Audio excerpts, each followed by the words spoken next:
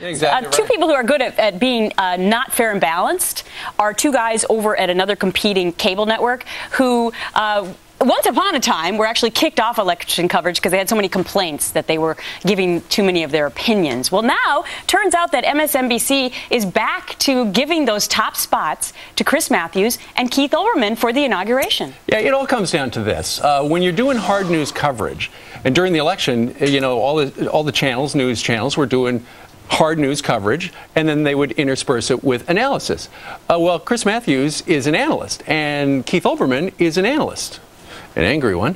But anyway, he's an analyst. So why would you have them anchor the hard news coverage? Here at Fox, our election stuff is going to was handled by Brit Hume, and our inauguration stuff is going to be handled by Brett Baier and also Chris Wallace. These are not and Shepard. These are not analysts. They are news guys.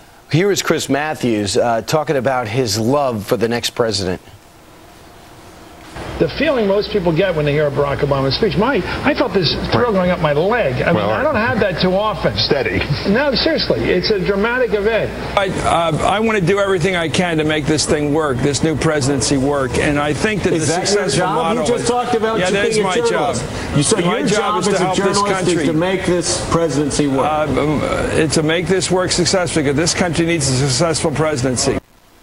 Wow. So it's a journalist's job to make sure that they are not, I guess, fair and balanced. To make sure that an administration works. That's usually not the way that journalism 101 works. I watched the online on YouTube, or I'm not sure without a TV newser, where Chris Matthews analyzed the George Bush press conference, final press conference, with two Bush haters. Yeah. David Susskind, who wrote the book Why Bush Stinks, and the other guy, Howard Fineman, who says every day Bush is horrible. Sure. So he goes, let's analyze President Bush. How is that? How is that effective? So really, if those are the guys you're going to have do your hard news coverage, you're really not a news station. You're an opinion station. And of course, we've been talking over the last year about how they made a business decision to go ahead and cover politics from the left.